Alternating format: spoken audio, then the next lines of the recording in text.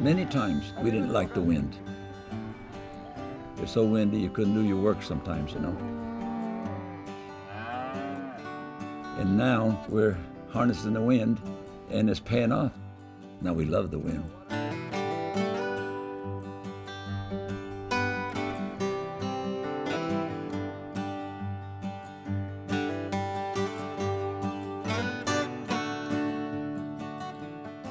We were in the oil field business for 20 years. We were in the construction end of it. 96 and 97 was really rough for us. We crashed and burned. We were about to lose the ranch until the wind farm came in. This wind farm's what saved us. It's been a blessing.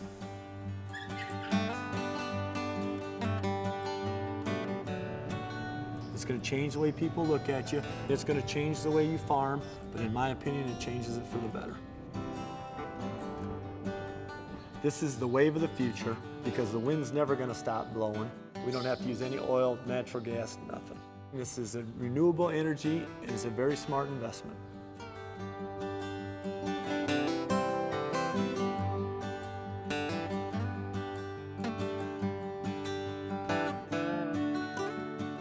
We're standing here today at the Buena Vista Wind Farm in California, and as you can probably see today, it's a great day to be a wind owner because the wind is ripping by us.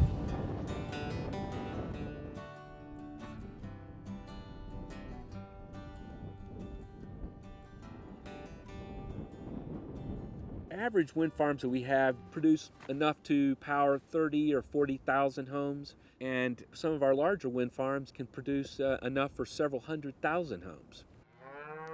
Landowners are a really important part of a project. We're on their land. This is special to them. It's their family's heritage in many cases. So they are our partners.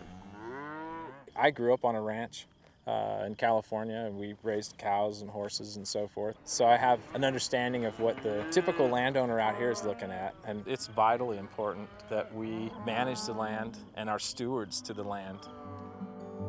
We've had 6 generations living on this land in the last 120 years.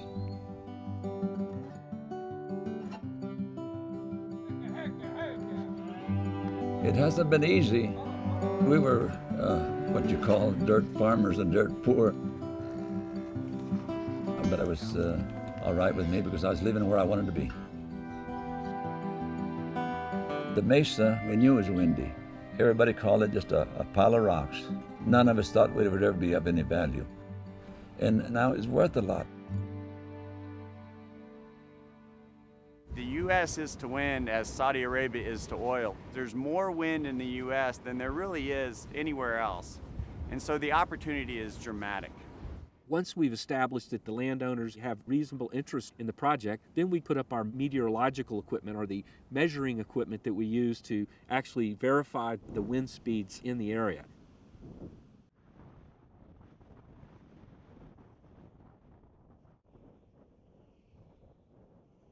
I'm not going to kid you, we were making a good living farming. But I thought it's not always going to be like that, and this just cuts out of a whole bunch of the risk. Financially, it is a no-brainer. We were hesitant. We were one of the last ones that signed up. We just didn't know if we wanted to do this, but it's just been nice. I don't have to worry about making my ranch payment every year anymore.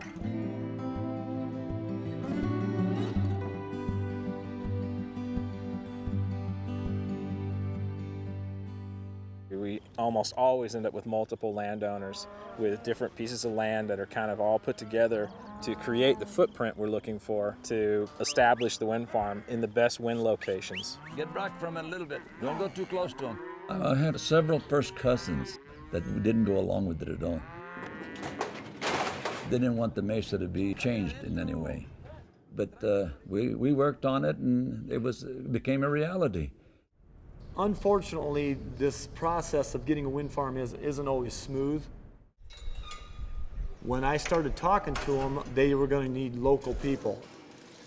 So I went to a night school, got some electrical training, and I actually got hired on to help construct the wind project. And it's worked out really well because I know all the neighbors. I deal with the landowners all the time. That's 3/4 of my job. So Clem, this is what you got. You can farm all the way up to the gravel. The gravel's about a 50-foot circle. Everything is right here. And you know, no guide wires, no nothing. That's great. Yep. Okay. This project, it was all union. So I bet you we had 125 guys out here for quite a while. It's a very high activity location during construction. You have a lot of equipment that moves around. There can be, 300 or 400 people working on the site this size. During the construction, it was noisy a little bit, but not bad. The bulldozers are coming in. Sometimes if the crane's going down the road, you're going to have to just wait. And it's a big crane, and it doesn't move very fast. It was done within 9 months. They did it real fast, definitely under a year. I feel that we were part of the building process. They contact us on almost all items, fences and cattle guards and whatever they're going to build there, we were part of it. First turbines that we saw put up, they were just lifting the rotor up, the hub with the 3 blades. It was fabulous for us.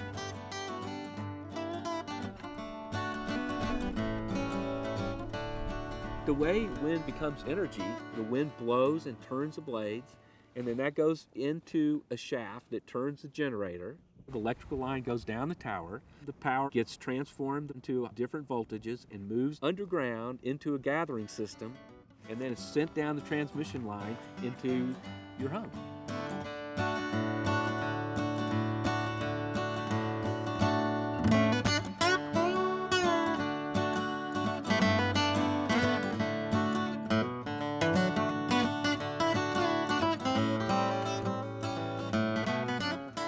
Part of the end of construction is the reclaiming of the land, and anything that was disturbed gets reseeded. Everything grows back.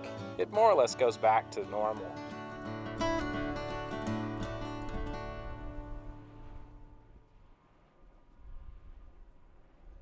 When we go into areas, we usually study for at least a year all the bird issues. We do fall and spring migration studies, track every bird and what elevation, height, and speed that they're going.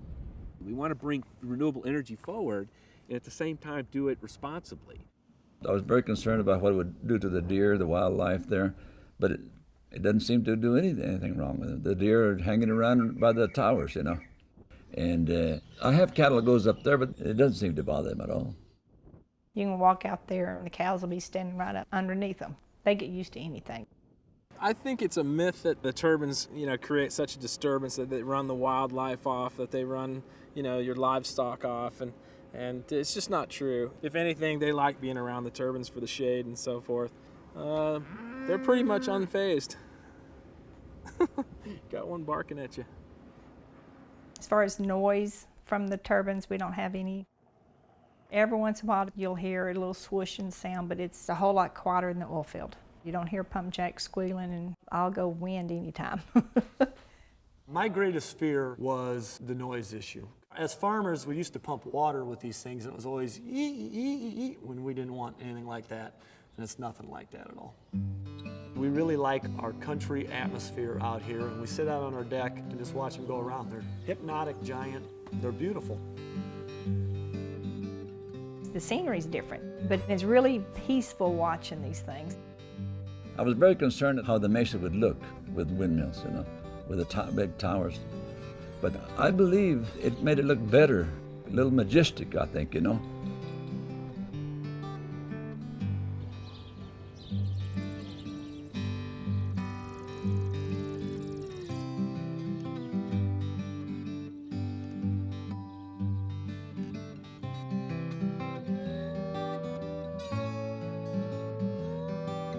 We are investing in the wind business. It's a core part of what we do. We're committed to doing it, and we're going to be doing it for a long time. It's a win-win-win situation. The farmers win because they're basically harvesting the wind. The counties win because they get the property taxes, they get the roads, and the country wins because demand is going up 2% a year, and there's absolutely no emissions. That's the best thing about it. I used to despise the wind because it did damage to my buildings, it did damage to my crops, and now we've turned that adversary into an asset. So, Dad, what's the wind gonna be like tomorrow? I got 4 teenagers, they're all going to college. Even if the wind don't blow, we're going to make a little. Maybe they should have come a little sooner. If they'd have come a little sooner, we'd have been a little better off.